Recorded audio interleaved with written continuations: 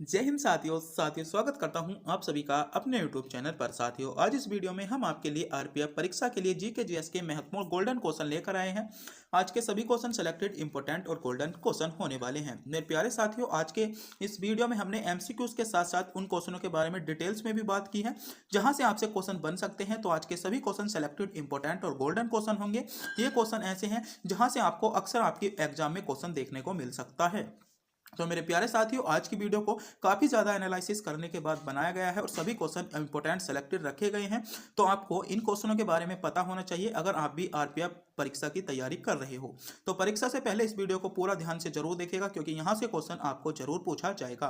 तो बिना टाइम गवाए करते हैं वीडियो को स्टार्ट। आपका पहला क्वेश्चन देखते हैं। पहला क्वेश्चन है, प्राचीन हड़प्पा शहर किसी नदी के वर्तमान में सूखे मार्ग के तट पर बसा है या बसाया गया है। तो क्वेश्चन आपसे पूछा गया है, प्राचीन जो आपका हड़प्पा शहर था ये आपका कौन सी नदी के वर्तमान में कौन सी नदी के तट पर बसा है। तो ये क्वेश्चन आपके लिए इंपॉर्टेंट है। तो कौन सी नदी पर तट पर बसा है, तो ये जो था आपका रावी नदी के तट पर है। रावी नदी सी विकल्प के साथ इसमें आपका करेक्ट जवाब होगा। तो बात करते हैं सिंधु घाटी के महत्वपूर्ण कुछ शहरों के बारे में और उनसे संबंधित नदियों के बारे में कि कौन सा शहर कौन सी नदी के किनारे पर बसाया गया था। जैसे अगर आपसे एग्जाम में पूछ लिया जाए कि मोहनजोदाड़ो, तो मोहनजोदाड़ो जो था वह आपका सिंधु नदी के किनारे पर बसा था। आलमगीरपुर की बात करें तो आलमगीरपुर आपकी हिंडन नदी के किनारे पर बसा था। उसी के साथ साथ कालीबंगा की बात करें तो कालीबंगा एक शहर था प्रसिद्ध जो आपके घग्गर नदी के किनारे पर बसा है। लोथल की बात करें तो लोथल जो बसाया गया था आपका भोगबा नदी के किनारे पर बताया गया था। चुनौदड़ो की बात करें, चुनौदड़ा आपका सिंधु नदी के किनारे पर बसा है। रोपण की बात करें, रोपण आपका सतलज नदी के किनारे पर बसा है। और दासक आपका सुतकागे डोर नदी के किनारे पर बसा है। तो ये मेरे प्यारे साथियों आपकी कुछ महत्वपूर्ण सिंधु घाटी सभ्यता के स्थल हैं और उनसे संबंधित नदियां हैं जहां से क्वेश्चन आपको पूछा जाता है और एक क्वेश्चन यहां से आने की संभावना भी बन जाती है। मेरे प्यारे साथियों, आपने अभी तक हमारे चैनल को सब्सक्राइब नहीं किया है, चैनल पर नए हो तो प्लीज़ चैनल को सब्सक्राइब जरूर करें क्योंकि चैनल को सब्सक्राइब करने में आपका किसी भी प्रकार का कोई पैसा नहीं जाता, ना ही हमको मिलता है। बस हम इससे मोटिवेट होते हैं और आपके लिए सिलेक्टेड से इंपॉर्टेंट क्वेश्चन लाने की कोशिश करते हैं। तो प्लीज़ हमारे चैनल को सब्सक्राइब करना बनता है और आप भी इन क्वेश्चनों का जवाब जानते हैं तो हमारे बताने से पहले कमेंट बॉक्स में भी बता सकते हैं। बढ़ते हैं अगले क्वेश्चन पर। अगला क्वेश्चन आपके लिए क्या है। अगला क्वेश्चन है आपका, उकाई बांध किस नदी पर स्थित है। तो क्वेश्चन पूछा गया है उकाई बांध आपका किस नदी पर स्थित है। दोबारा क्वेश्चन आपका नदी से ही संबंधित पूछ लिया गया है। तो उकाई बांध की बात करें तो उकाई बांध आपका ताप्ती नदी पर स्थित है। ताप्ती नदी विकल्प ए में आपको दिया गया है, यानी ए विकल्प आपका करेक्ट जवाब होगा। तो बात करते हैं भारत में स्थित कुछ महत्वपूर्ण बांधों के बारे में और आपके कौन से राज्य में स्थित है और कौन सी नदी पर है। पहला है आपका सोमालिसा बांध। इंपॉर्टेंट है, ये क्वेश्चन पूछा जाता है। तो सोमालिसा बांध आपका आंध्र प्रदेश राज्य में है और पेन्नार नदी पर, कौन सी नदी पर है, पेन्नार नदी पर है। आपको इसके बारे में पता होना चाहिए। बात करें टिहरी बांध की तो टिहरी बांध मेरे प्यारे साथियों आपका उत्तराखंड राज्य में स्थित है। कौन से राज्य में, उत्तराखंड राज्य में स्थित है। और नदी की बात करें तो भागीरथी नदी पर स्थित है। उसी के साथ साथ बात करें हीराकुंडा बांध की तो हीराकुंड बांध आपका जो है उड़ीसा राज्य में स्थित है और नदी की बात करें तो महानदी इसकी नदी हो जाएगी। बात करते हैं फरक्का बांध, बहुत ही ज्यादा इंपॉर्टेंट है आरपीएफ परीक्षा के लिए, आपको पता होना चाहिए। फरक्का बांध आपका पश्चिम बंगाल राज्य में स्थित है और नदी की बात करें तो हुगली नदी पर स्थित है। इसके बारे में आपको पता होना चाहिए। अगला है सलाल बांध परियोजना। इंपॉर्टेंट है आपके लिए। तो सलाल बांध परियोजना जो है मेरे प्यारे साथियों आपकी जम्मू कश्मीर राज्य में स्थित है और नदी की बात करें तो आपकी चिनाब नदी इसका सही जवाब हो जाएगा। आगे देखते हैं। अगला है आपका उरी बांध। तो उरी बांध आपका कहाँ पर है, जम्मू कश्मीर राज्य में स्थित है और नदी की बात करें तो झेलम नदी इसकी सही जवाब होगा। रिहंद बांध बहुत ज्यादा पूछा जाता है, आपको इसके बारे में पता होना चाहिए। सेलेक्टेड है आपके लिए, रिहंद बांध से क्वेश्चन पूछा जा सकता है। रिहंद बांध आपका उत्तर प्रदेश में स्थित है और बात करें नदी की तो रिहंद नदी पर आपका स्थित है। उसी के साथ साथ मैथन बांध की करें तो ये आपका झारखंड राज्य में स्थित है और बात करें आपकी कौन सी नदी पर है तो बराका नदी पर आपका स्थित हो जाएगा। बात करते हैं जवाहर सागर आपके बांध की तो जवाहर सागर बांध जो है आपका राजस्थान राज्य में स्थित है और चंबल नदी के किनारे पर है या चंबल नदी पर आपका स्थित है। आगे बांध है आपका नागार्जुन बांध। नागार्जुन बांध आपका तेलंगाना राज्य में स्थित है और बात करें नदी की तो आपकी कृष्णा नदी इसकी आपकी नदी होगी। इडुक्की बांध बहुत ज्यादा पूछा जाता है, आपका केरल राज्य में स्थित है और पेरियार पेरियार नदी पर स्थित है। तो ये कुछ भारत में स्थित महत्वपूर्ण बांध दिए गए हैं जहां से संबंधित आपको नदी गई हैं। यहाँ से संबंधित आपको एक क्वेश्चन आपके एग्जाम में जरूर देखने को मिलता है, आपको किसी ना किसी शिफ्ट में यहाँ से क्वेश्चन देखने को जरूर मिलेगा। तो आप क्या कर सकते हो, या तो इसका स्क्रीनशॉट ले सकते हो, या नोट कर रहे हो नोट कर सकते हो, वरना पीडीएफ आपको हमारे टेलीग्राम चैनल पर मिल जाएगी। पीडीएफ का लिंक आपको वीडियो के डिस्क्रिप्शन में दिया गया है, वहां से जाकर आप पीडीएफ डाउनलोड कर सकते हो। डायरेक्ट लिंक आप हमारे टेलीग्राम से भी इस पीडीएफ को डाउनलोड कर सकते हो। आगे बढ़ते हैं। तो आपको यहाँ से एक क्वेश्चन पूछा जाता है, आपको इन सभी बांधों के बारे में पता होना चाहिए। सभी इसमें हमने गोल्डन इंपॉर्टेंट बांध लिए गए हैं जहाँ से क्वेश्चन आपसे पूछा जा सकता है। आगे बढ़ते हैं। अगला क्वेश्चन है आपका, भारत का निम्नलिखित में से कौन सी पंचवर्षीय योजना पूर्णतः विफल रही। तो इंपॉर्टेंट क्वेश्चन है, आपको पता होना चाहिए कि भारत की ऐसी कौन सी पंचवर्षीय योजना थी जो आपकी पूर्णतः विफल रही थी। तो पूर्णतः जो विफल रही थी आपकी तीसरी पंच योजना थी, आपकी पूर्णतः विफल रही थी, यानी ए विकल्प इसमें आपका करेक्ट जवाब होगा। जिन बच्चों ने विकल्प ए चुना है बिल्कुल सही चुना है। बात करते हैं भारत की कुछ महत्वपूर्ण पंचवर्षीय योजना के बारे में और उनसे संबंधित आपके आपके जो उनके उद्देश्य थे, उनके उद्देश्यों को लेकर, उनकी डेटों के लेकर क्या क्या उनकी डेट रही। जैसे पहली है आपकी प्रथम पंचवर्षीय योजना की बात करें तो पहली पंचवर्षीय योजना जो थी आपकी 1951 से 1956 तक थी और कृषि की प्राथमिकता, जो पहली पंचवर्षीय योजना थी इसमें आपकी कृषि पर प्राथमिकता दी गई थी। दूसरी पंचवर्षीय योजना की बात करें तो इसका शासन, जो दूसरी पंचवर्षीय योजना चली थी वह आपकी 1956 से 1961 तक चली थी और इसमें जो दिया गया था आपका उद्योग क्षेत्र पर इसमें प्राथमिकता दी गई थी। तीसरी पंचवर्षीय योजना की बात करें, तीसरी पंचवर्षीय योजना 1961 से 1966 तक चली थी आपकी और इसमें कृषि और उद्योग यानी दोनों पर इसमें विशेष जोर दिया गया था।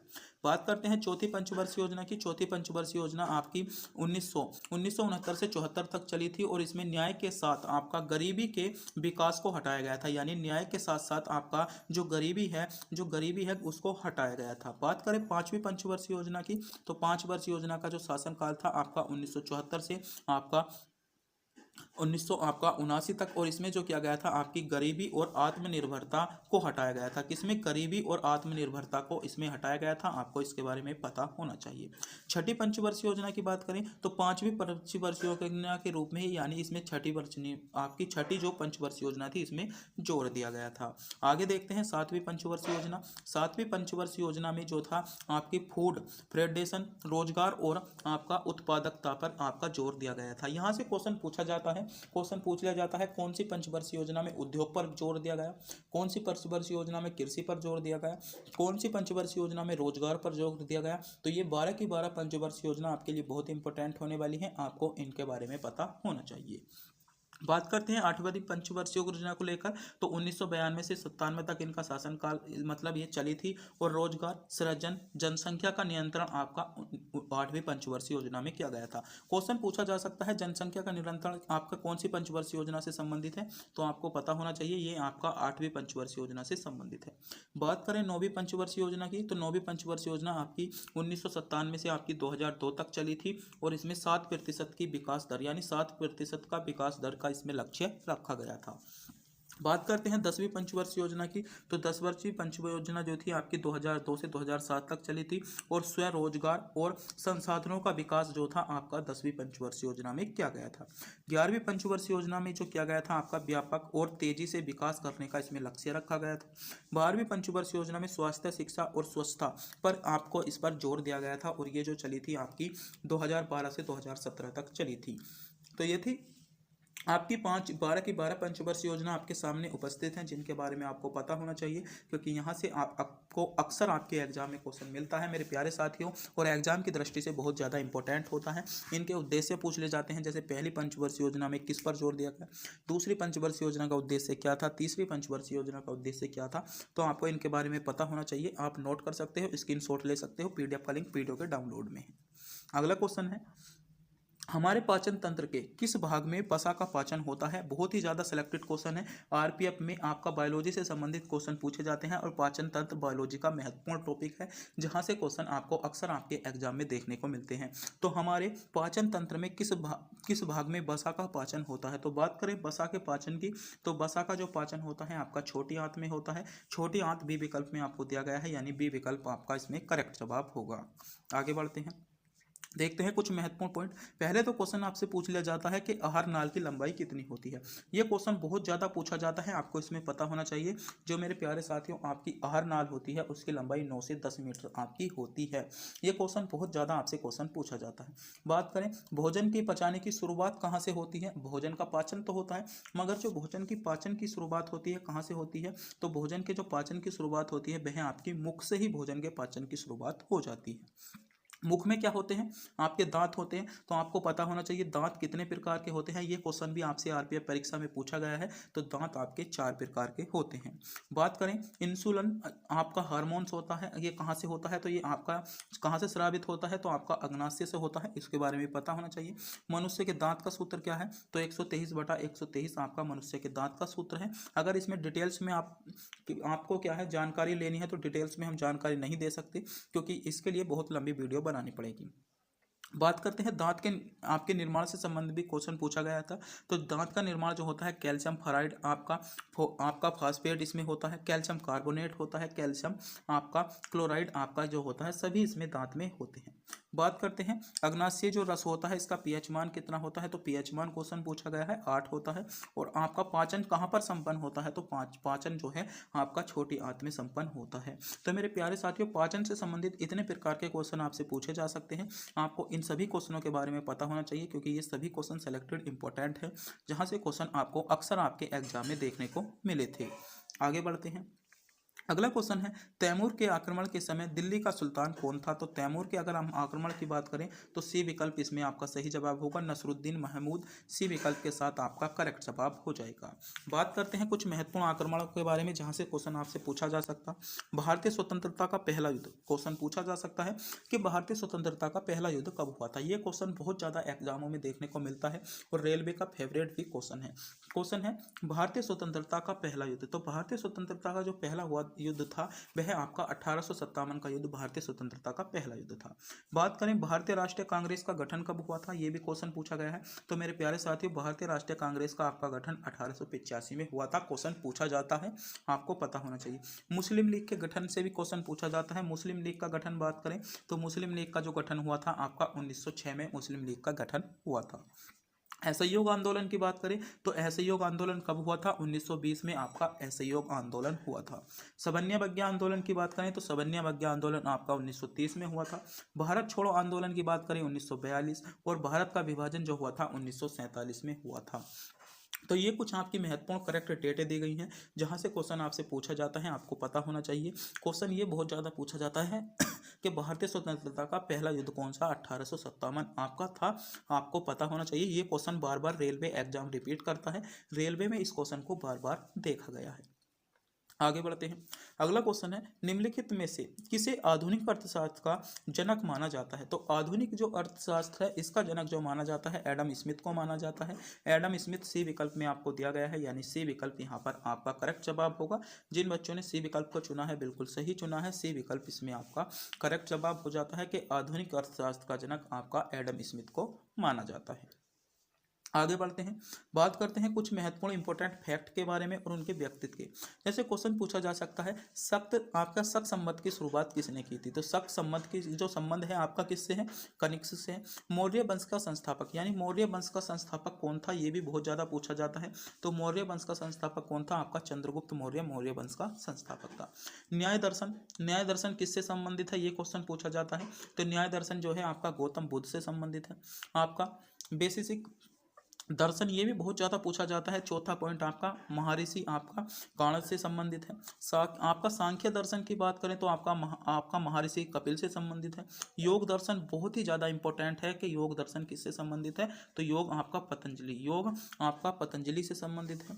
आपका ये भी बहुत सातवां भी आपके लिए इंपॉर्टेंट है, आपको पता होना चाहिए। क्वेश्चन आपका है रामकृष्ण मिशन की स्थापना आपके किसने की थी, तो रामकृष्ण मिशन की स्थापना आपकी स्वामी विवेकानंद ने की थी। गुप्त वंश का संस्थापक आपका कौन था, तो श्री गुप्त था। खालसा पंथ की बात करें गुरु गोविंद सिंह ने शुरू किया था। मुगल साम्राज्य की स्थापना किसने की थी, बाबर ने की थी। तो इससे संबंधित जो आपके कुछ महत्वपूर्ण आगे जो है आगे व्यक्ति हैं और उनसे संबंधित महत्वपूर्ण फैक्ट आपकी आने वाली वीडियो में बनाएंगे, क्योंकि हम इसी वीडियो में सभी फैक्टों को नहीं बता सकते, क्योंकि वीडियो आपकी बहुत लंबी हो जाएगी और अगले के क्वेश्चन आपके नहीं आएंगे। तो इससे जो आने वाले फैक्ट हैं, जो लगभग इसके 40 फैक्ट हैं जिनके बारे में आपको पता होना चाहिए, कि 40 के 40 फैक्ट आपको आने वाली वीडियो में मिल जाएंगे। आगे बढ़ते हैं। अगला क्वेश्चन है, निम्नलिखित में से कौन सी मिश्रित धातु नहीं है? तो मिश्रित धातु नहीं है, तो बात करें मिश्रित धातु की, तो चांदी आपकी किसी भी प्रकार की आपकी मिश्रित धातु नहीं है। कई बार आपसे पूछा जाता है पीतल किससे बना होता है, आपका आपका टाका किससे बना होता है, कांसा किससे बना होता है, तो इनके बारे में भी आपको पता होना चाहिए। देखते हैं कौन किससे बना है। बात करें टांका की, तो ये टीन और शीशे से आपसे बना होता है। आगे बढ़ते हैं। अगला क्वेश्चन है, निम्नलिखित में से कौन सी भाषा आपकी संविधान की 8वीं अनुसूची का हिस्सा नहीं है? तो क्वेश्चन पूछा गया है 8वीं अनुसूची का हिस्सा नहीं है, तो 8वीं अनुसूची का हिस्सा कौन नहीं है? फारसी आपकी 8वीं अनुसूची का हिस्सा नहीं है, यानी बी विकल्प इसमें आपका करेक्ट जवाब हो जाएगा। आगे बढ़ते हैं। अगला क्वेश्चन आपकी जो है अनुसूचियों के बारे में बात करें, क्योंकि अनुसूची से रिलेटिव हमने कोई भी वीडियो नहीं बनाई गई है। इससे पहले भाषाओं के बारे में वीडियो बना दी थी, तो आपको पता होना चाहिए। अनुसूची, प्रथम अनुसूची की बात करें तो प्रथम अनुसूची में भारत राज्यों और केंद्र शासित प्रदेशों का वर्णन आपका प्रथम अनुसूची में। द्वितीय अनुसूची की बात करें तो विशिष्ट पदाधिकारी के वेतन और भत्तों का विवरण जो है आपका दूसरी अनुसूची में। तीसरी अनुसूची की बात करें तो विशिष्ट पदाधिकारी जो है उनकी शपथ का विवरण दिया गया है। चौथी अनुसूची में राज्य और केंद्र शासित प्रदेशों के बीच सीटों का बंटवारा आपका चौथी अनुसूची में है। पांचवी अनुसूची की बात करें, अनुसूचित जाति और जनजाति के लिए विशेष प्रावधान तो दिया गया है, पांचवी अनुसूची में है। छठी अनुसूची में असम, मेघालय, त्रिपुरा, मिजोरम के लिए विशेष आपका प्रावधान दिया गया है। सातवीं अनुसूची में आपकी संवर्ती सूची, राज्य सूची और संघ सूची का विवरण है। आठवीं अनुसूची में जो है भाषाओं संबंधित आपकी 8वीं अनुसूची है। 9वीं अनुसूची की बात करें तो 9वीं अनुसूची को प्रथम संविधान संशोधन द्वारा 1951 में जोड़ा गया था, और इसमें जो है आपका भूमि सुधार से संबंधित आपकी 9वीं अनुसूची है। 10वीं अनुसूची की बात करें, 10वीं अनुसूची में विवरण आपका दल बदल का है, और इसे 52वें संविधान संशोधन द्वारा जोड़ा गया था। 11वीं अनुसूची में आपकी पंचायती व्यवस्था दी गई है, और 73वें संविधान संशोधन द्वारा इसको जोड़ा गया था। 12वीं अनुसूची की बात करें तो 12वीं अनुसूची में आपकी नगर पालिका, नगर व्यवस्था की व्यवस्था है, और इसमें 74वें संविधान संशोधन द्वारा इसे जोड़ा गया था। तो ये भारतीय संविधान की 22 की 22 अनुसूची थी, जिनके बारे में आपको पता होना चाहिए। यहाँ से क्वेश्चन आपसे बन सकता है। आगे बढ़ते हैं। अगला क्वेश्चन है, भारत कितने देशों के साथ समुद्री सीमा साझा करता है? तो बात करें भारत कितने देशों के साथ समुद्र सीमा साझा करता है, तो भारत समुद्र सीमा साझा जो करता है वह आपका श्रीलंका और मालदीव 2 के साथ करता है, यानी 2 विकल्प बी में आपको दिया गया है। बात करते हैं भारत के साथ लगने वाले देश और उनके साथ कितनी सीमा किसकी लगती है, स्थल के साथ लगने वाले देशों के बारे में। पहला है आपका भारत और पाकिस्तान। तो भारत और पाकिस्तान, तो भारत के साथ पाकिस्तान कितना सीमा साझा करता है, तो भारत के साथ पाकिस्तान जो है 3323 किलोमीटर के साथ सीमा साझा करता है। और कई बार यहाँ पर पूछ लिया जाता है कौन कार्य करता है, तो सीमा सुरक्षा बल यानी BSF यहाँ पर आपकी तैनात होती है। दूसरा देश है आपका अफगानिस्तान। अफगानिस्तान के साथ जो भारत सीमा साझा करता है 106 किलोमीटर का सीमा साझा करता है, और पीओके वाला क्षेत्र भी इसको हम बोल सकते हैं। आगे है आपका कौन सा, भारत और चीन। भारत और चीन के बीच जो सीमा साझा है आपका 3488 किलोमीटर है, और यहाँ पर तैनात कौन सा है, तो ITBP यहाँ पर तैनात होती है। बात करते हैं भारत और नेपाल की, तो भारत और नेपाल के बीच की जो आपकी है तो 1751 किलोमीटर आपकी सीमा जुड़ी गई है, यानी सीमा साझा करता है, और SSB यहाँ पर आपकी तैनात होती है। अगला है आपका भारत और भूटान के साथ जो सीमा साझा करता है 699 किलोमीटर करता है, और SSB यहाँ पर भी आपकी तैनात होती है। अगला है आपका भारत और म्यांमार। तो म्यांमार के बीच जो सीमा साझा करता है 1643 किलोमीटर करता है, और असम राइफल यहाँ पर तैनात होती है। इसके बारे में भी आपको पता होना चाहिए। कई बार आपसे ऐसे क्वेश्चन पूछा जाता है कि कौन सी सेना कहाँ पर तैनात है, या आपकी कौन सी सेना किस देश के साथ आपका युद्ध हो सकता है, यानी आपसे क्वेश्चन पूछा जाता है कि असम राइफल किन देशों के बीच युद्ध होने से रोकती है। ऐसे इस प्रकार के क्वेश्चन भी आपसे पूछे जाने लगे हैं। 7वां है आपका भारत बांग्लादेश के साथ जो सीमा करता है आपका 40 यानी 4096.7 किलोमीटर सीमा साझा करता है, आपको पता होना चाहिए। और BSF यहाँ पर तैनात होती है, इसके बारे में भी आपको पता होना चाहिए। तो ये जो है आपके भारत के साथ लगने वाले देश और उनके साथ सीमा साझा करने का कुछ आपकी जो आपकी किलोमीटर में दूरी है उनके बारे में बताया गया है, क्योंकि किलोमीटर में दूरी आपसे पूछी जा सकती है। जैसे क्वेश्चन पूछ लिया जाता है, भारत और आपका बांग्लादेश कितने सीमा साझा करता है? 4091 करता है। भारत और पाकिस्तान 3323 करता है। अफगानिस्तान 106 करता है। भारत नेपाल 1751 करता है। भारत म्यांमार की बात करें 1643 करता है। भारत भूटान आपका 699 करता है। इस प्रकार के क्वेश्चन भी आपसे पूछे जाने लगे हैं। आगे बढ़ते हैं। अगला क्वेश्चन है, कौन सी नदी अधिकतम देशों से होकर जाती है? ये भी क्वेश्चन इंपॉर्टेंट है। तो डी विकल्प के साथ जिन बच्चों ने विकल्प डी को चुना है बिल्कुल सही चुना है। डी विकल्प यहाँ पर आपका करेक्ट जवाब हो जाएगा।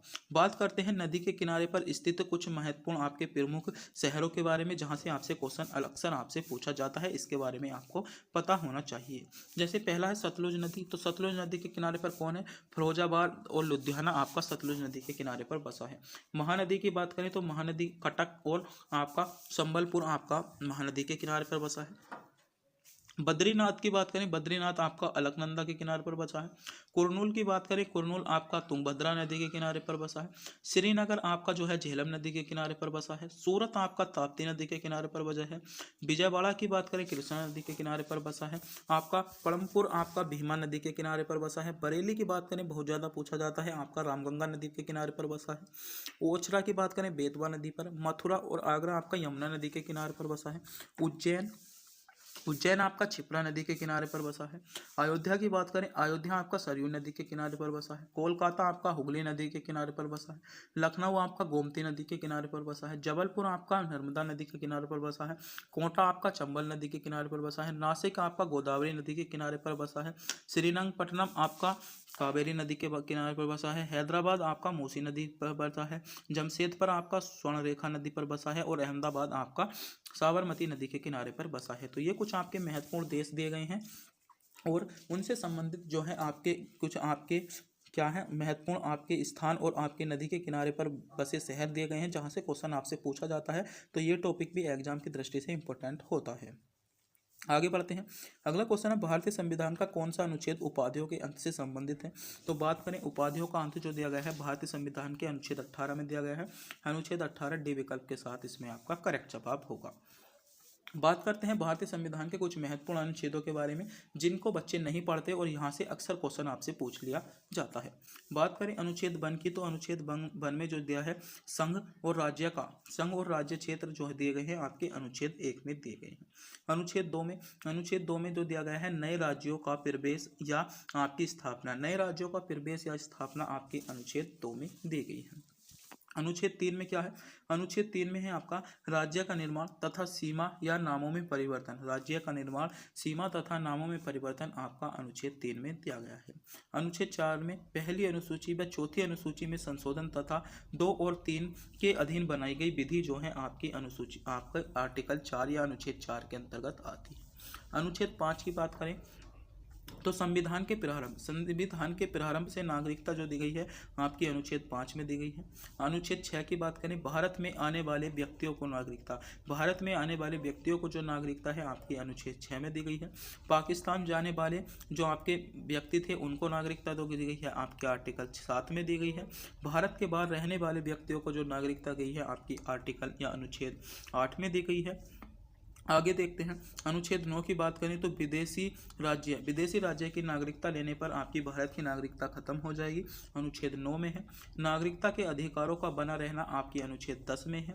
अनुच्छेद 11 की बात करें तो संसद द्वारा नागरिकता के लिए कानून का विनिमय जो है आपका अनुच्छेद 11 में है। अनुच्छेद 12 की बात करें, अनुच्छेद 12 में राज्य की परिभाषा दी गई है।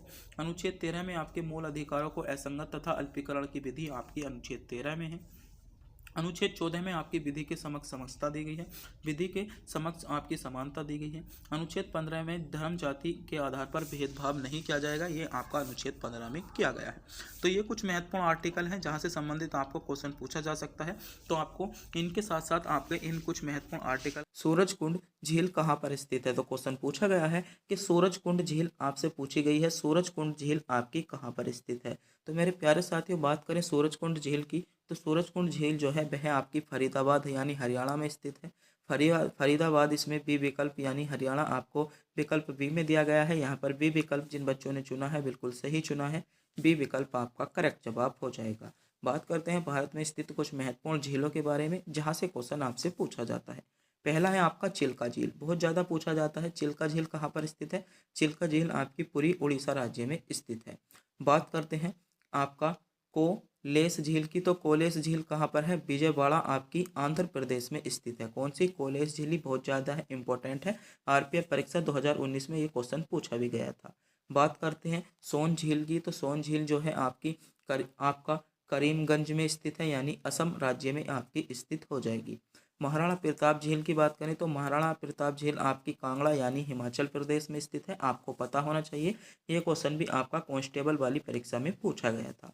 वेवनाड झील, वेवनाड झील इंपॉर्टेंट है, एसएससी में बहुत ज़्यादा क्वेश्चन पूछा जाता है। केरल राज्य में स्थित है, एसएससी का फेवरेट क्वेश्चन है ये, आपसे एसएससी बहुत इस क्वेश्चन को पूछती है। बात करते हैं हरिके आपका आई भूमि की, तो आपकी फिरोजपुर आपकी पंजाब में स्थित है, आपको इसके बारे में भी पता होना चाहिए। अगला है आपकी शेषनाग झील, तो बहुत ही ज़्यादा इंपॉर्टेंट है। शेषनाग झील आपकी जम्मू कश्मीर में स्थित है। 100% ये इस झील के आने के चांसेस बन जाते हैं, तो आपको इस झील के बारे में इंपॉर्टेंट जानकारी के साथ साथ महत्वपूर्ण पता भी ना होना चाहिए, क्योंकि ये झील आपके लिए बहुत ज़्यादा गोल्डन होने वाली है। तो इस झील को आप क्या कर सकते हो? नोट कर सकते हो। शेषनाग झील कहाँ पर स्थित है? आपकी जम्मू कश्मीर में स्थित है। मानस बल झील की बात करें तो आपका गादरबन यानी जम्मू कश्मीर में स्थित है, ये भी इम्पोर्टेंट है, आपको इसके बारे में भी पता होना चाहिए। और आपकी अगला है सूर सागर झील, तो सूर सागर झील कहाँ पर है? आपकी गुजरात में स्थित है। तो भारत में स्थित कुछ महत्वपूर्ण झीलें थी जहाँ से क्वेश्चन आपको देखने को आपकी परीक्षा में मिल सकता है, तो आपको इन झीलों के बारे में पता होना चाहिए, ये भी आपके लिए सेलेक्टेड हो जाती हैं। आगे बढ़ते हैं। अगला क्वेश्चन है पानीपत का तीसरा युद्ध कहाँ पर लड़ा गया था? तो बताइए पानीपत जो जगह है या पानीपत का जो तीसरा युद्ध हुआ था वह आपका कहाँ पर हुआ था? ये क्वेश्चन आपसे सीधा पूछा जा रहा है। तो मेरे प्यारे साथियों, बात करें पानीपत के तीसरे युद्ध की, तो पानीपत का जो तीसरा युद्ध हुआ था वह आपका हरियाणा में हुआ था। कहाँ पर हुआ था? पानीपत जो जगह है वह आपकी हरियाणा में है, यानी हरियाणा में पानीपत का तीसरा युद्ध हुआ था। इसमें बी विकल्प में आपको सही जवाब दिया गया है। जिन बच्चों ने विकल्प बी को चुना है बिल्कुल सही चुना है, बी विकल्प के साथ यहाँ पर आपका करेक्ट जवाब होगा। तो सभी बच्चों को पता होता है कि पानीपत के 3 युद्ध हुए थे और तीनों महत्वपूर्ण युद्ध हैं जहाँ से क्वेश्चन आपको अक्सर आपके एग्जाम में देखने को मिलता है। तो बात करते हैं पानीपत के तीनों युद्धों के बारे में। पानीपत का प्रथम युद्ध, पानीपत का प्रथम युद्ध, बात करें पक्ष की कि किस किस के बीच लड़ा था, तो ये आपका इब्राहिम लोदी और विरुद्ध कौन थे? बाबर। इसके विरुद्ध इब्राहिम लोदी के विरुद्ध कौन थे? बाबर थे।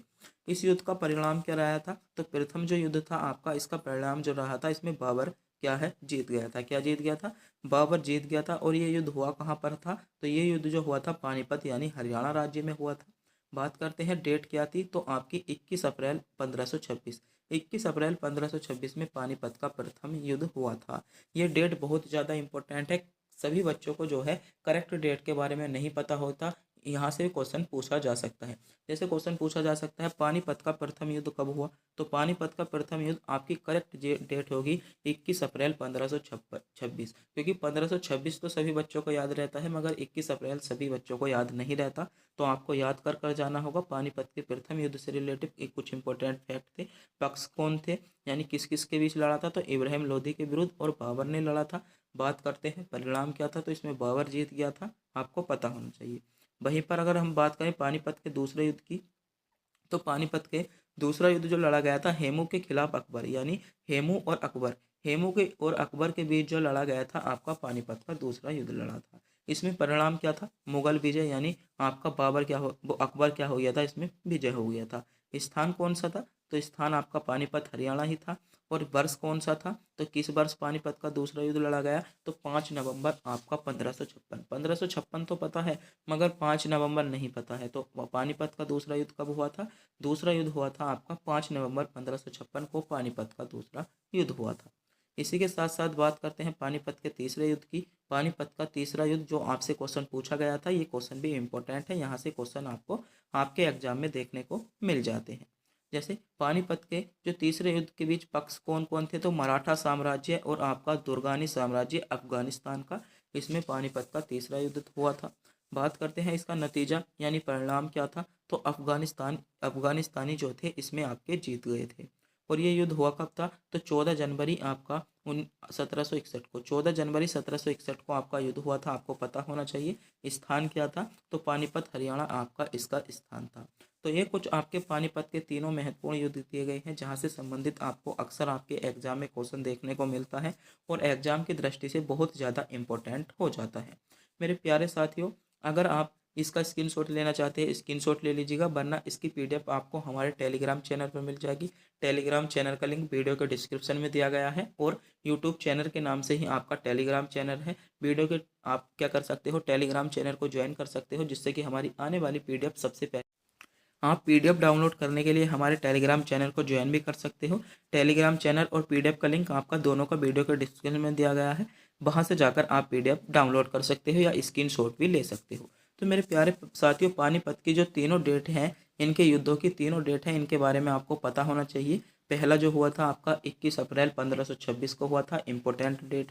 दूसरा जो हुआ था 5 नवंबर आपका 1556 को हुआ था, करेक्ट डेट आपको होनी चाहिए। और तीसरा 14 जनवरी आपका 1761 में हुआ था। तो तीनों युद्धों के बारे में आपको पता होना चाहिए, क्योंकि यहाँ से क्वेश्चन आपको अक्सर आपके एग्जाम में देखने को बन जाता है। बढ़ते हैं आगे। अगला क्वेश्चन आपसे क्या पूछा गया है। अगला क्वेश्चन है, सोरा किस देश की संसद का नाम है। ये भी क्वेश्चन इंपॉर्टेंट है। संसद के नाम से रिलेटेड भी आपके कई क्वेश्चन आपसे पूछे जाते हैं। जैसे क्वेश्चन है, सोरा किस देश की संसद का नाम है। तो सोरा किस देश की संसद का नाम है, आपको पता होना चाहिए। सोरा सोरा किस देश की संसद का नाम है। तो सोरा जो है अफगानिस्तान की संसद का नाम है, यानी इसमें सही जवाब क्या होगा, अफगानिस्तान। इसमें ए विकल्प के साथ आपका करेक्ट जवाब हो जाएगा। बात करते हैं कुछ महत्वपूर्ण देश और उनकी संसदों के नाम के बारे में। जैसे अफगानिस्तान की संसद, यानी अफगानिस्तान में जो, जैसे हमारी भारत में संसद है, तो संसद को क्या कहा जाता है। तो अफगानिस्तान में जो संसद को जाना जाता है, सोरा के नाम से जाना जाता है। वहीं पर लावीनिया की बात करें तो यहाँ पर संसद को क्या कहा जाता है, यहाँ पर पीपुल्स असेंबली कहा जाता है। क्या कहा जाता है, पीपल्स असेंबली कहा जाता है। और मेरे प्यारे साथियों, ये सभी सेलेक्टेड देश होने वाले हैं, जहाँ से क्वेश्चन आपसे पूछा जा सकता है। यहाँ से अक्सर आपको क्वेश्चन आपके एग्जाम में देखने को मिले। बात करें हैं चीन में, तो चीन में जो संसद को कहा जाता है, आपका नेशनल पीपल्स असेंबली के नाम से संसद को जाना जाता है। ब्रिटेन की बात करें तो ब्रिटेन में आपका पार्लियामेंट के नाम से जाना जाता है। ब्राज़ील की बात करें यहीं पर, तो नेशनल कांग्रेस के नाम से आपके ब्राज़ील में जाना जाता है। ब्राज़ील आपके लिए इम्पोर्टेंट होने वाला है। बात करें बांग्लादेश में, तो बांग्लादेश को में जो संसद को कहा जाता है आपका जातीय संसद। बांग्लादेश में संसद को जातीय संसद के नाम से जाना जाता है। ऑस्ट्रिया की बात करें तो यहाँ पर नेशनल असेंबली हो जाएगी। अर्जेंटीना की बात करें तो यहाँ पर नेशनल कांग्रेस होगा। और अल्जीरिया में नेशनल पीपल्स असेंबली के नाम से संसद को जाना जाता है।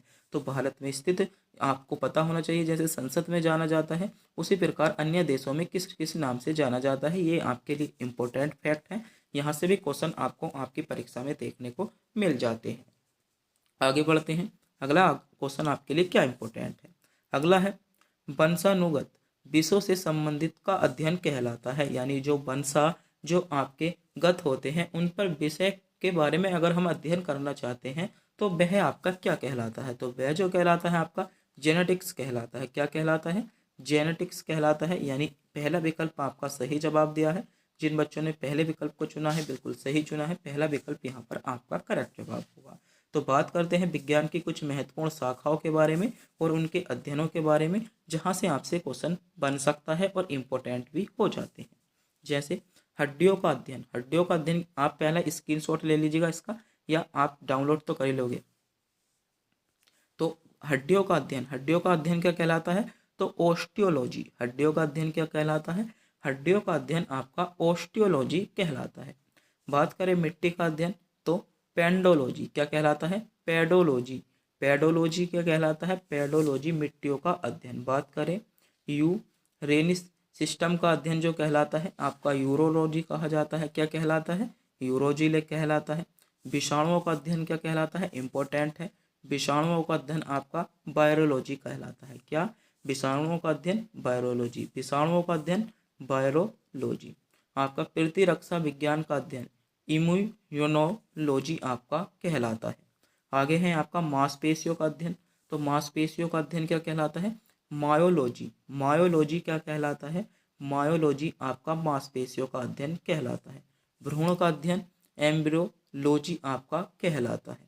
कीटों के अध्ययन की बात करें तो एंटोमोलॉजी। एंटोमोलॉजी क्या कहलाता है, एंटोमोलॉजी, एंटोमोलॉजी क्या कहलाता है? कीटों का अध्ययन कहलाता है।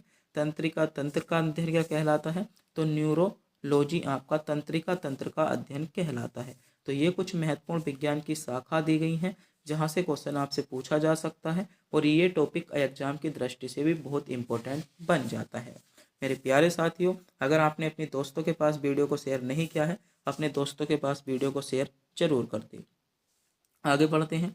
अगला क्वेश्चन है, भारत अफगानिस्तान के साथ कितनी सीमा साझा करता है? इंपॉर्टेंट क्वेश्चन है। यहाँ से भी क्वेश्चन आपको अक्सर आपके एग्जाम में देखने को मिले हैं। बात करें भारत अफगानिस्तान के साथ, तो भारत जो अफगानिस्तान के साथ सीमा साझा करता है मेरे प्यारे साथियों, 106 किलोमीटर, 106 किलोमीटर का सीमा साझा करता है, यानी सी विकल्प इसमें आपका करेक्ट जवाब हो जाएगा। आगे बढ़ते हैं। अब बात करते हैं अफगानिस्तान से संबंधित कुछ महत्वपूर्ण फैक्ट के बारे में। अफगानिस्तान की राजधानी क्या है बताइए? अगर क्वेश्चन पूछा जाए अफगानिस्तान की राजधानी, तो काबुल क्या है आपकी अफगानिस्तान की आपकी क्या है? राजधानी है। मुद्रा की बात करें तो आपका अफगानी क्या है? आपकी अफगानिस्तान की मुद्रा है। वहीं पर बात करें भारतीय अफगानिस्तान सीमा, जो आपकी भारत और अफगानिस्तान के बीच की सीमा है, क्या कहलाती है? तो ड्यूरंड रेखा के नाम से इसे जानते हैं। किस नाम से? ड्यूरंड रेखा के नाम से जानते हैं। भाषा क्या है? आपकी दारी और पाश्तो यहाँ पर आपकी राष्ट्रीय भाषा हो जाएंगी। राष्ट्रीय खेल की बात करें तो बुज्जकाशी आपका अफगानिस्तान का राष्ट्रीय खेल है। प्रांत या राज्य की बात करें तो इसमें कुछ 34 प्रांत है। सीमा की बात करें तो हमने कर ली है, 106 किलोमीटर सीमा लगती है भारत के साथ। औपचारिक नाम क्या है? इस्लामी अमीरात का अफगानिस्तान, इस्लामी अमीरात का अफगानिस्तान इसका औपचारिक नाम है। आज़ादी दिन, यानी अफगानिस्तान आज़ाद कब हुआ था? तो अफगानिस्तान आज़ाद जो हुआ था वह आपका 19 अगस्त 1919 को, 19 अगस्त 1919 को अफगानिस्तान आज़ाद हो गया था। तो ये कुछ अफगानिस्तान से रिलेटिव इंपॉर्टेंट फैक्ट हैं जहाँ से क्वेश्चन आपसे पूछे जाते हैं और ये सभी क्वेश्चन आपके एग्जाम में रिपीट हो चुके हैं, जिनके बारे में आपको पता होना चाहिए। ये बार बार क्वेश्चन रिपीट होते रहते हैं क्योंकि ये क्वेश्चन आपके सामने भी आ सकते हैं, तो आपको इनके बारे में पता हो जाना चाहिए था। आगे बढ़ते हैं। अगला क्वेश्चन है, केरल का गठन कब हुआ था? तो ऐसे क्वेश्चन बहुत ज़्यादा पूछे जाते हैं राज्यों के गठन से रिलेटिव, आपसे बहुत ज़्यादा क्वेश्चन आपके एग्जाम में देखने को मिलते हैं। जैसे क्वेश्चन पूछा गया है, केरल का गठन कब हुआ था? तो बात करें केरल के गठन की, तो केरल का गठन जो हुआ था 1956 में, 1956 में आपका केरल का गठन हुआ था, यानी ए विकल्प यहाँ पर आपका करेक्ट जवाब होगा। पहला विकल्प जिन बच्चों ने चुना है बिल्कुल सही चुना है, पहला विकल्प यहाँ पर आपका करेक्ट जवाब बन जाता है। बात करते हैं कुछ महत्वपूर्ण राज्य और उनके गठन के बारे में जहाँ से संबंधित अब तक आपसे क्वेश्चन पूछे गए हैं किसी ना किसी एग्जाम में। पहला है आपका आंध्र प्रदेश। आंध्र प्रदेश के गठन की बात करें तो आंध्र प्रदेश का जो गठन हुआ था 1953 में आपका आंध्र प्रदेश का गठन हुआ था। बात करें सिक्किम की, तो सिक्किम का जो गठन हुआ था आपका 1975 में सिक्किम का गठन हुआ था। एसएससी जीडी 2024 वाला हाल ही में जो एग्जाम हुआ है उसमें क्वेश्चन पूछा गया था कि सिक्किम का गठन कब हुआ था। सिक्किम का गठन आपका 1975 में हुआ था। बात करें गुजरात के गठन की, तो गुजरात का गठन जो हुआ 1960 में आपका गुजरात का गठन हुआ। मिजोरम की बात करें, मिजोरम का गठन आपका 1987 में हुआ। मिजोरम का गठन कब हुआ? मिजोरम का गठन 1987 में हुआ। महाराष्ट्र की बात करें, महाराष्ट्र का गठन कब हुआ? महाराष्ट्र का गठन 1960 में हुआ। कब हुआ? महाराष्ट्र का गठन 1960 में हुआ। महाराष्ट्र का गठन 1960 में हुआ। अरुणाचल प्रदेश की बात करें, अरुणाचल प्रदेश का गठन आपका 1987 में हुआ। कब हुआ? अरुणाचल प्रदेश का गठन कब हुआ? 1987 में हुआ। केरल का गठन की बात करें, केरल का गठन 1956 में हुआ। गोवा का गठन आपका 1987 में हुआ। बात करें नागालैंड के गठन की, नागालैंड का गठन आपका 1900 कब हुआ था? नागालैंड का गठन आपका 1963 में हुआ। उत्तराखंड का गठन जो हुआ था आपका 2000 में हुआ था। हरियाणा की बात करें 1966 में हुआ। छत्तीसगढ़ का गठन कब हुआ? तो 2000 में छत्तीसगढ़ का गठन हुआ था। कर्नाटक के गठन की बात करें 1956 में हुआ। झारखंड का गठन आपका 2000 में हुआ। हिमाचल प्रदेश का गठन आपका जो हुआ था 1971 में हुआ और तेलंगाना का गठन आपका 2014 में हुआ। तो ये कुछ महत्वपूर्ण राज्य दिए गए हैं और इनके गठन से संबंधित आपसे क्वेश्चन पूछा भी जा चुका है, क्योंकि इसमें हमने सभी वे राज्य लिए गए हैं जहां से अब तक आपके राज्यों के गठन से संबंधित राज्य पूछे गए थे। तो इनके बारे में आपको पता होना चाहिए, एग्जाम की दृष्टि से इम्पोर्टेंट पॉइंट बन जाते हैं। आगे बढ़ते हैं। अगला क्वेश्चन है, मेन रहीम रेखा किन दो देशों को जोड़ती है? तो इसमें थोड़ी सी टाइपिंग में मिस्टेक है। यहाँ पर रूस और किसे जोड़ती है? रूस और फिनलैंड को जोड़ती है, जो कि आपके ऑप्शन में नहीं दिया गया। तो आपको इसमें ऑप्शन रूस और फिनलैंड आपको ध्यान रखना है। मेन रहीम रेखा जो होती है किसके बीच? तो रूस और फिनलैंड, रूस और फिनलैंड, रूस और फिनलैंड। कुछ बच्चे कह रहे होंगे ऐसी भी कोई रेखा है क्या? ऐसी भी कोई रेखा है क्या? क्योंकि उन्होंने तो आज तक पढ़ा नहीं, उन्होंने पढ़ा है बस डूरंट रेखा, रेडक्लिफ रेखा, मैकमोहन रेखा। तो कुछ इंपॉर्टेंट रेखा के बारे में मैं आपको बताने वाला हूँ, जो आपने अभी तक सोचा ना होगा, जिनके बारे में समझा ना होगा, और आपको अभी तक ये रेखा देखने को भी नहीं मिली होंगी। तो बढ़ते हैं इंपॉर्टेंट फैक्ट के बारे में। जैसे पहली है आपकी ड्यूरंट लाइन या ड्यूरंट रेखा। तो ड्यूरंट रेखा आपकी किन दो देशों के बीच है? तो ये रेखा आपकी पाकिस्तान और अफगानिस्तान के बीच है। बात करते हैं हिंडसबर्ग को कहाँ पर है? ये रेखा कहाँ पर है? आपकी जर्मनी और पोलैंड। कौन से देश के बीच है? जर्मनी और पोलैंड का सीमा साझा कराती है। सीगाफ्रीड रेखा, क्या आपने कभी पढ़ी है ये रेखा? तो जर्मनी और फ्रांस के बीच में है। कहाँ पर है? जर्मनी और फ्रांस के बीच में है। एनटीपीसी 2021 में क्वेश्चन सीबीटी 1 में क्वेश्चन पूछा गया था कि सीगाफ्रीड रेखा कहाँ पर है? जर्मनी और फ्रांस में है। बात करें रेड क्लिफ की, तो ये तो आपको सभी को पता होगा इसके बारे में, तो आपकी भारत और पाकिस्तान के बीच में स्थित है। मेजी नोट रेखा, कौन सी? मेजी नोट रेखा कहाँ पर है? जर्मनी और फ्रांस के बीच, या फ्रांस और जर्मनी के बीच। कहाँ पर है? जर्मनी या फ्रांस या जर्मनी के बीच। कर्जन रेखा की बात करें, कर्जन रेखा क्या आपने ये रेखा पढ़ी है? पोलैंड और रूस के बीच। पर्पल रेखा कहाँ पर है? इजराइल और आपकी सीरिया के बीच। मेडिसिन लाइन कहाँ पर है? कर्नाटक और संयुक्त राज्य अमेरिका के बीच। तो मेरे प्यारे साथियों, इन रेखाओं के बारे में भी आपको पता होना चाहिए, ना कि इनके बारे में रेड क्लिफ रेखा के बारे में, ड्यूरंट रेखा के बारे में, मैकमोहन रेखा के बारे में, 49 डिग्री चैनल के बारे में। ये कुछ महत्वपूर्ण आपकी रेखा है जिनके बारे में आपको पता होना चाहिए, क्योंकि रेलवे में ये सभी रेखाएं आपसे पूछ ली गई हैं किसी न किसी एग्जाम में। तो आपको जो है कुछ ज़्यादा पढ़कर जाना होगा, क्योंकि सभी बच्चों को 3 से 4 रेखाओं के बारे में ही पता होता है। तो आपको उनसे कुछ तो ज़्यादा सीख कर जाना होगा, जभी तो आपको रेलवे में सेलेक्ट करेंगे, जभी तो आप एक आरपीएफ के जवान बनेंगे। तो मेरे प्यारे साथियों, इन रेखाओं के बारे में आपको पता होना चाहिए, क्योंकि यहाँ से क्वेश्चन आपसे पूछा जाने लगा है, बहुत डीप से क्वेश्चन अब पूछे जाने लगे हैं। आगे बढ़ते हैं। अगला क्वेश्चन है, रक्त का थक्का न जमना किसकी कमी के कारण होता है? बताइए, क्वेश्चन पूछा गया है, रक्त का थक्का न जमना किसकी कमी के कारण होता है? बताइए, क्वेश्चन इंपॉर्टेंट है। तो बात करें रक्त का थक्का न जमना, तो ये किसकी कमी के कारण होता है? तो रक्त का थक्का न जमना ये आपका विटामिन के की कमी के कारण होता है। किसकी कमी के कारण? विटामिन के की कमी के कारण होता है, यानी सी विकल्प यहाँ पर आपका करेक्ट जवाब हो जाएगा। बात करते हैं उनसे संबंधित, जो आपके विटामिन से संबंधित रोग हैं उनको तो सभी याद कर लेते हैं, मगर इनके जो रासायनिक नाम या वैज्ञानिक नाम हैं उनको याद नहीं कर पाते, उनको बार बार भूल जाते हैं। तो बात करते हैं रासायनिक नामों के बारे में, क्योंकि यहाँ से क्वेश्चन आपको देखने को तो मिलते हैं, मगर इनको बच्चे भूल बहुत जाते हैं। जैसे बात करें विटामिन ए के रासायनिक नाम की, तो विटामिन ए का रासायनिक नाम क्या होता है? विटामिन ए का रासायनिक नाम होता है आपका रेटिनोल। विटामिन ए का रासायनिक नाम क्या होता है? विटामिन ए का रासायनिक नाम हो जाएगा रेटिनोल। बात करें विटामिन बी 1 की, तो विटामिन बी 1 का रासायनिक नाम क्या होता है? थाइमीन आपका विटामिन बी 1 का रासायनिक नाम होता है। थाइमीन विटामिन बी 1 का रासायनिक नाम होता है। विटामिन बी 2 की बात करें, तो विटामिन बी 2 का रासायनिक नाम क्या होता है? राइबोफ्लोविन क्या होता है? विटामिन बी 2 का रासायनिक नाम राइबोफ्लोविन। विटामिन बी 2 का रासायनिक नाम राइबोफ्लोविन। विटामिन बी 7 की बात करें, तो विटामिन बी 7 का रासायनिक नाम क्या होता है? बायोटीन।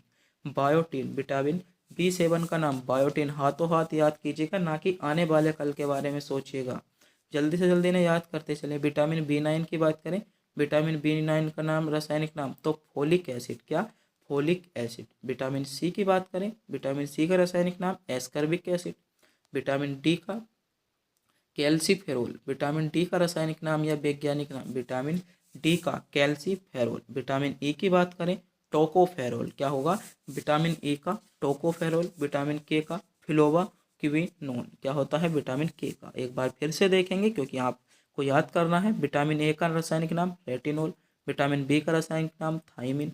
विटामिन B2 का रासायनिक नाम राइबोफ्लोविन, विटामिन C1 का नाम बायोटीन, विटामिन B9 का नाम फोलिक एसिड, विटामिन C का नाम एस्कर्बिक अम्ल, विटामिन D का नाम आपका कैल्सीफेरोल, विटामिन E का नाम टोकोफेरोल और विटामिन D का नाम फिलोक्विनोन। आपको इन रासायनिक नामों के बारे में संबंधित आपसे क्वेश्चन पूछे जाते हैं और विटामिन आपके एग्जाम की दृष्टि से बहुत इंपॉर्टेंट टॉपिक बन जाता है, क्योंकि 100% यहाँ आपको विटामिन से संबंधित आपको एक क्वेश्चन आपकी परीक्षा में देखने को जरूर मिलेगा। 100% मैं विटामिन से संबंधित एक क्वेश्चन आने की गारंटी ले सकता हूँ। अगला क्वेश्चन है भारतीय संविधान का भाग 4 का एक किससे संबंधित है। अभी तक जो बात कर ली है हमने भारतीय संविधान की आपकी अनुसूचियों के बारे में बात कर ली है, भारतीय संविधान के आर्टिकलों के बारे में बात की है, मगर भाग से संबंधित हमने अभी तक किसी भी वीडियो में बात नहीं की है, तो भाग हम इस वीडियो में लेकर आए हैं। क्वेश्चन है भारतीय संविधान का कौन सा भाग भाग 4 के ए से संबंधित है। तो भाग 4 के ए से संबंधित क्या है, मौलिक कर्तव्य है। मौलिक कर्तव्य आपके भाग 4 के ए में दिए गए हैं, यानी सी विकल्प इसमें आपका करेक्ट जवाब होगा। सी विकल्प जिन बच्चों ने चुना है बिल्कुल सही चुना है, सी विकल्प आपका करेक्ट जवाब हो जाता है। बात करते हैं भारतीय संविधान के कुछ महत्वपूर्ण भागों के बारे में, जहां से आपको पता होना चाहिए अगर आप भी किसी गवर्नमेंट एग्जाम की तैयारी कर रहे हैं तो आपको इन भागों के बारे में पता होना चाहिए। जैसे पहला भाग किससे संबंधित है, संघ और उसका क्षेत्र। संघ और उसका क्षेत्र जो विवरण करता है, पहले भाग की विवरण करता है। बात करें भाग 2 की, तो भाग 2 में क्या दिया गया है, भाग 2 में आपका नागरिकता। भाग 2 की बात करें, भाग 2 में क्या है, भाग 2 में आपकी नागरिकता दी गई है। भाग 3 की बात करें, भाग 3 में क्या है, तो भाग 3 में आपके मौलिक अधिकार दिए गए हैं। भाग 3 में क्या है, भाग 3 में आपके मौलिक अधिकार दिए गए हैं। भाग 4 की बात करें, राज्य के नीति निर्देशक सिद्धांत। राज्य के नीति निर्देशक सिद्धांत किस में है, राज्य के जो नीति निर्देशक सिद्धांत में है आपके भाग 4 के अंतर्गत आते हैं। वहीं पर भाग 5 की बात करें, संघ और आपका क्या है, भाग 5 में क्या है, संघ है। भाग 6 की बात कर लें तो आपके राज्य हैं, भाग 6 में क्या है, राज्य है। भाग 7 की बात करें तो पहली अनुसूची के भाग बी में राज्य है, जो पहली अनुसूची के भाग में है वे राज्य है। भाग 8 की बात करें तो केंद्र शासित प्रदेश आपको दिए गए हैं, और भाग 9 की बात करें तो पंचायतें इसमें आपको दी गई हैं। तो ये भारतीय संविधान के कुछ महत्वपूर्ण भाग दिए गए हैं जहाँ से क्वेश्चन आपसे आपके एग्जाम में पूछा जा सकता है। तो मेरे प्यारे साथियों, आज के जो सभी क्वेश्चन थे आपकी परीक्षा के लिए इंपॉर्टेंट क्वेश्चन थे। सभी क्वेश्चन सेलेक्टेड थे, गोल्डन थे, जहां से क्वेश्चन आपको अक्सर आपके एग्जाम में क्वेश्चन पूछा जाता है। और सभी टॉपिक हमने इसमें ऐसे लिए गए हैं, ऐसा भी हो सकता है हमने इसमें जितने क्वेश्चन कराए हैं सभी से आपसे क्वेश्चन पूछा जाए, सभी से आपको एक एक क्वेश्चन पूछा जाए। कुछ इसमें महत्वपूर्ण टॉपिक थे जिनके बारे में आपको पता होना चाहिए। जैसे एक तो यही था सिगफ्रीड रेखा, तो इसके बारे में आपको पता होना चाहिए। जर्मनी और फ्रांस के बीच में है। विटामिन से संबंधित ये आपसे पता होना चाहिए। विटामिन सी का रासायनिक नाम बहुत पूछा जाता है, विटामिन सी का रासायनिक नाम एस्कर्बिक अम्ल होता है। और भी बात करें तो इसमें जो आपसे पूछा जा सकता है, आपका जो सबसे ज़्यादा पूछा गया है अब तक जो सबसे ज़्यादा पूछा गया है उत्तराखंड का पूछा गया है कि उत्तराखंड का गठन कब हुआ था, और गोवा राज्य का गठन आपका 1987 में। दोनों के बारे में आपको पता होना चाहिए। पता तो आपको सभी के बारे में पता होना चाहिए आपको, मगर इनके बारे में आज़ादी कब हुई थी अफगानिस्तान की, ये भी आपसे क्वेश्चन पूछा जा चुका है। तो मेरे प्यारे साथियों, आज के जो सभी क्वेश्चन थे सेलेक्टेड थे, इंपॉर्टेंट थे, गोल्डन थे, जहाँ से क्वेश्चन आपको आपके एग्जाम में 100% यहाँ से क्वेश्चन देखने को बन सकता है। सभी टॉपिक सेलेक्टेड थे। मेरे प्यारे साथियों, वीडियो अच्छी लगी वो वीडियो को लाइक करें, चैनल को सब्सक्राइब करें, अपने दोस्तों के पास वीडियो को शेयर भी करें। मेरे प्यारे साथियों, चैनल को सब्सक्राइब करने में आपका किसी भी प्रकार का कोई पैसा नहीं जाता, बस हमारी मेहनत को देखकर एक बार चैनल को सब्सक्राइब जरूर कर दें। तब तक के लिए मिलते हैं अगली वीडियो।